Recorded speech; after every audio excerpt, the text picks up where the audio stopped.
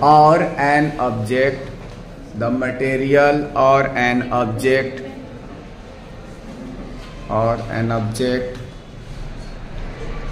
which develops magnetic field around it,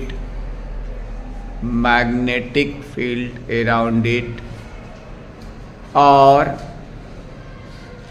attracts or repels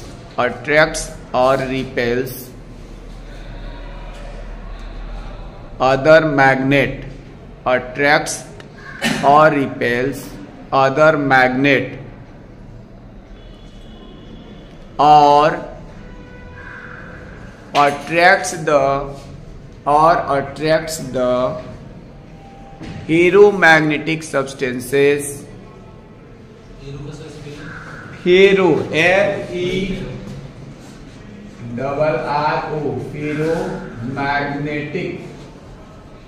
ferromagnetic substances like ferromagnetic substances के बाद like iron, cobalt, nickel, NiCkel, nickel, etc. अब इसमें जो है इसकी कुछ प्रॉपर्टीज होती है मैग्नेट की, 8th या 7th क्लास में पढ़े होंगे। जैसे बार मैग्नेट जो भी होते हैं उसको अगर हम लोग फ्रीली सस्पेंड कर दें तो ऑलवेज उसका एक pole north pole side north direction में और दूसरा जो है साउथ डायरेक्शन में स्टे करता है। ठीक है, फ्रीली अगर सस्पेंड किया जाए तो एक हो गया। दूसरी चीज की a magnet has always two poles, north pole and south pole. When it is broken into the small pieces, what size of the pieces of the magnet is always consist two poles, north pole and south pole। अगर किसी magnet को तोड़ा जाए तो तोड़ने के बाद उसमें हमेशा क्या होंगे, उसके दो ही पोल्स होंगे। A single pole of the magnet can not exist, किसी मैग्नेट का सिंगल पोल एग्जिस्ट नहीं करता है। मतलब उसको हम लोग एटम या उसको इलेक्ट्रॉन प्रोटॉन के बराबर भी तोड़ देना, चाहे जितना भी छोटे पीसेस कर दें, हमेशा वहाँ पे दो पोल्स ही क्रिएट होंगे। सिंगल पोल का कोई मैग्नेट नहीं होता है। ठीक है, तो एक प्रॉपर्टी ये हो गया, an isolated pole of the magnet can not exist, single pole नहीं रह सकता या आइसोलेटेड पोल से बोलते हैं। दूसरा ये बताया, if a bar magnet is suspended freely then its poles always stay in north and south direction. एक नॉर्थ की तरफ स्टे करेगा और एक साउथ की तरफ। नॉर्थ की तरफ जो स्टे करता है उसको नॉर्थ सीकिंग पोल्स बोलते हैं, SEEKING, नॉर्थ सीकिंग पोल्स। और जो साउथ की तरफ स्टे करता है साउथ सीकिंग पोल कहते हैं। ठीक है, इसके अलावा हम लोगों ने अभी जाना कि किसी मैग्नेट के चारों ओर मैग्नेटिक फील्ड भी डेवलप होता है। तो ये जो मैग्नेटिक फील्ड डेवलप होता है उसमें मैग्नेटिक फील्ड लाइंस होती है। मैग्नेटिक फील्ड लाइंस जो होती है ऑलवेज एक क्लोज्ड कर्व होता है। ठीक है, magnetic field lines are always closed curve, बंद होगा पूरा, नॉर्थ की तरफ से निकलता है और साउथ की तरफ जाकर के क्या होता है, एंड हो जाता है। अभी बोर्ड पर उसको बता देते हैं, इस टाइप से होता है। जैसे ये बार मैग्नेट लिया, इसके तरफ ये नॉर्थ पोल है, इधर साउथ पोल है, तो ये नॉर्थ से निकलेगा और साउथ में इंटर कर जाएगा, नॉर्थ के साइड से निकलेगा और साउथ में इंटर कर जाएगा। तो इस तरह से ये नॉर्थ से निकलता है, साउथ में इंटर करता है। इसी तरह से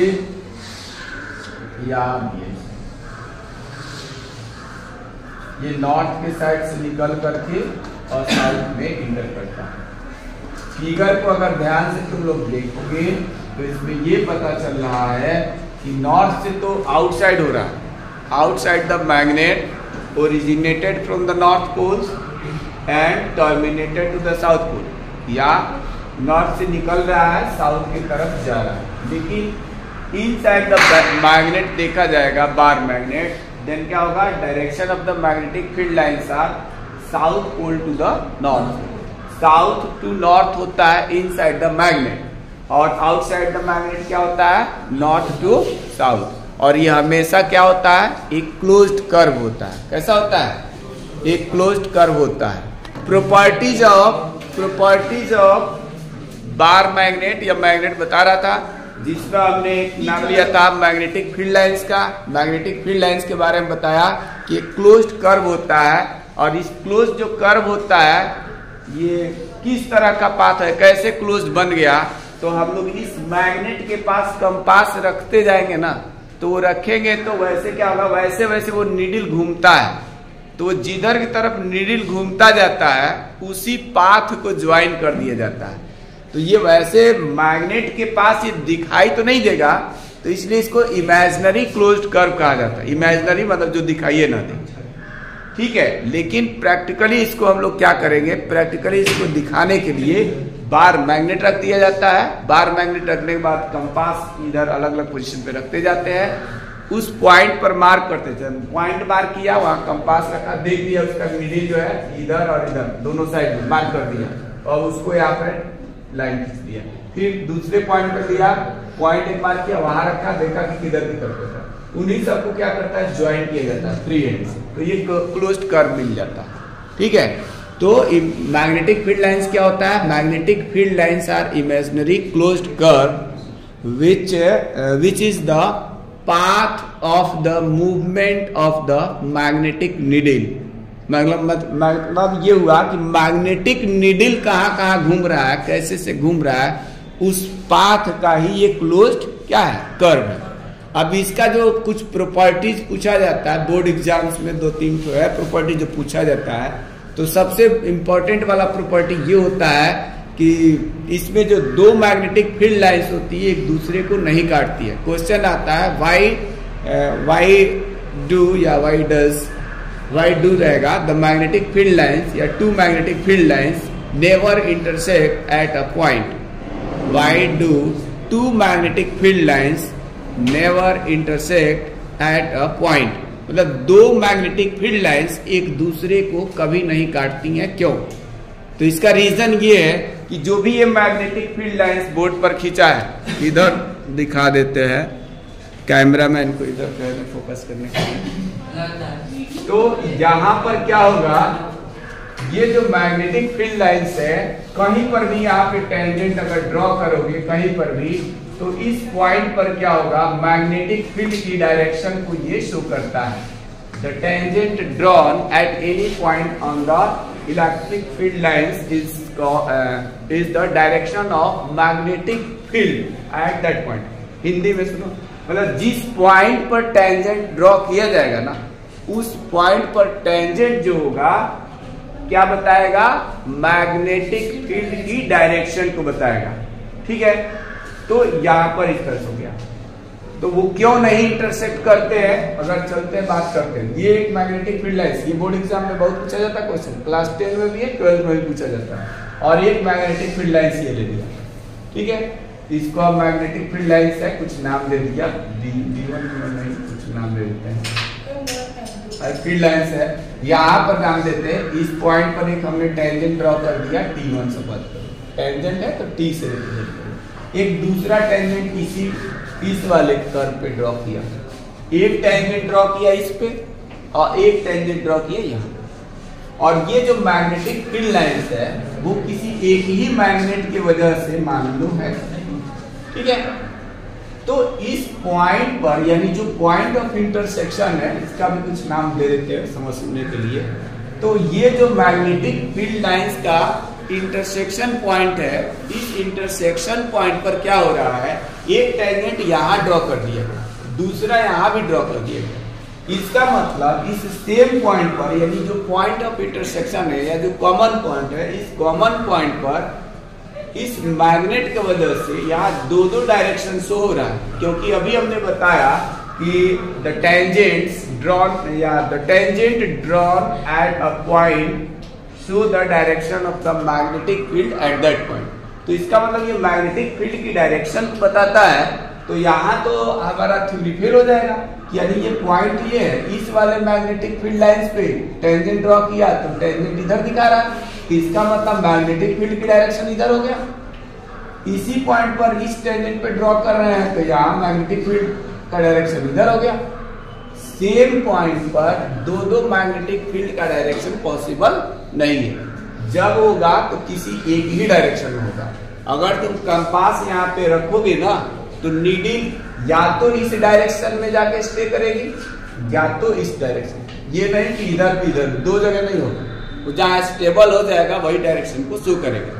तो two magnetic field lines never intersect each other because at the point of intersection two tangents can be drawn and that tangents will indicate different directions at the same point, therefore which is not possible, therefore two magnetic field lines never intersect each other। कुछ समझ में आया? एक ही point पर दो tangent draw किए जाएंगे, दो डिफरेंट डायरेक्शंस को बताएगा जो कि पॉसिबल नहीं है। ठीक है, अभी क्या नहीं है बताओ? बोलो रुचि, बोलो।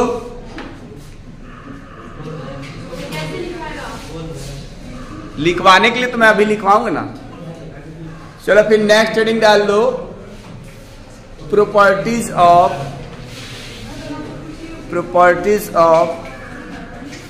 अ bar magnet. Properties of a bar magnet. Bar magnet का ही लिखाते हैं, प्रॉपर्टीज तो मैग्नेट का ही लिखे। बार मैग्नेट और मैग्नेट में डिफरेंस ये है कि मैग्नेट तो किसी भी टाइप का हो सकता है, हॉर्स शू टाइप का भी होता है। बार मैग्नेट का मतलब इस तरह से होगा, बार मतलब रॉड ऐसे चपटा होता है, लैब में देखा होगा। हॉर्स शू मैग्नेट ऐसा होता है, ठीक है। स्पीकर में लगता है तो वो गोल होता है, ऐसा भी स्पीकर में लगता है। तो ये सबका अलग अलग है, इसलिए यहाँ पर हम प्रॉपर्टी ऑफ बार मैग्नेट ही लिखवा रहे हैं। ठीक है, उसमें भी होता है, सबका प्रॉपर्टी अलग होगा। नहीं, इसमें भी तुम्हारा ये हॉर्स शू जो मैग्नेट है इसमें भी तुम्हारा एक तरफ नॉर्थ एक तरफ साउथ होता है। यहाँ लैब में जाओगे यहाँ व्हाइट मार्क किया हुआ, ये नॉर्थ पोल हो गया, ये हो गया। दूसरे जिसको मार्क नहीं साउथ पोल हो गया।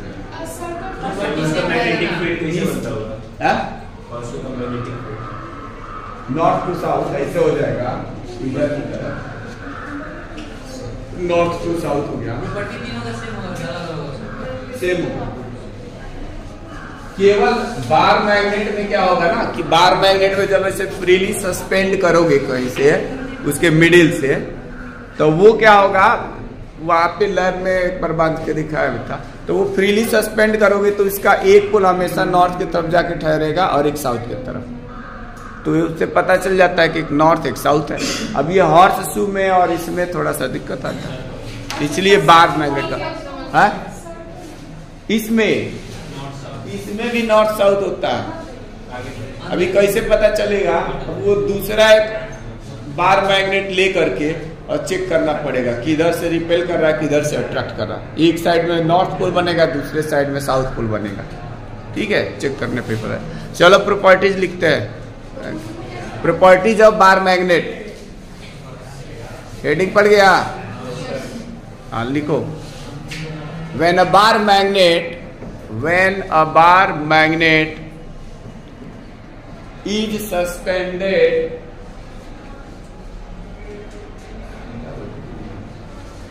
when a bar magnet is suspended freely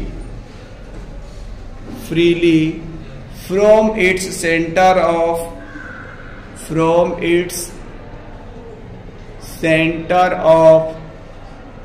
gravity such that it is free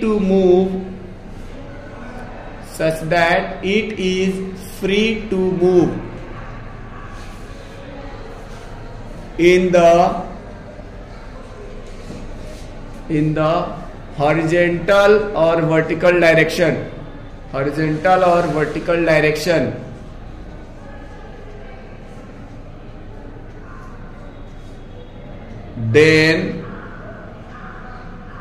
then its pole always stays, its pole always stay होता है ना, s जोड़ देना, stays in north and south direction, in north and south direction.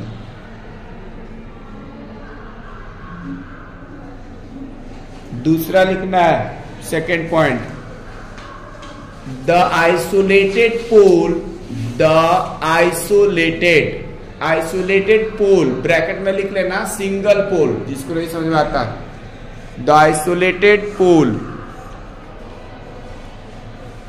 Bracket में चाहे इसे और करके सिंगल पोल, अब ब्रैकेट क्लोज कर देना है, ऑफ ए मैग्नेट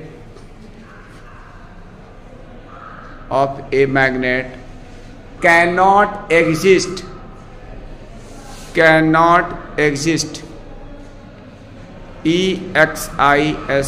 exist, लिख लिया, फुल स्टॉप, मतलब सिंगल पोल नहीं हो सकता, उसको चाहे जितना भी ब्रेक किया जाए, समझा चुके हैं। थर्ड लिखो, थर्ड पॉइंट में लिखना है, क्या लिखना है, magnetic field lines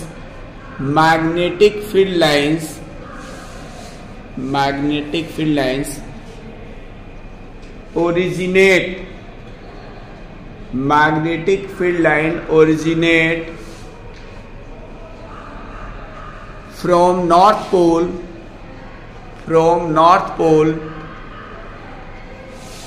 of a magnetic field lines originate from north pole of a magnet and terminate to the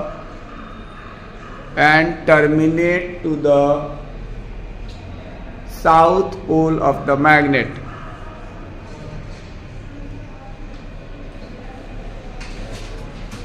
अब इसी में थोड़ा सा एक लाइन और लिख लेते हैं, the direction of the magnetic field lines inside the magnet, the direction of magnetic field lines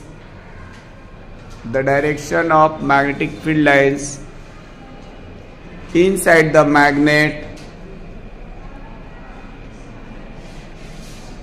magnet is from south pole to north pole, from south pole to north pole. ये inside the magnet बताया मैंने,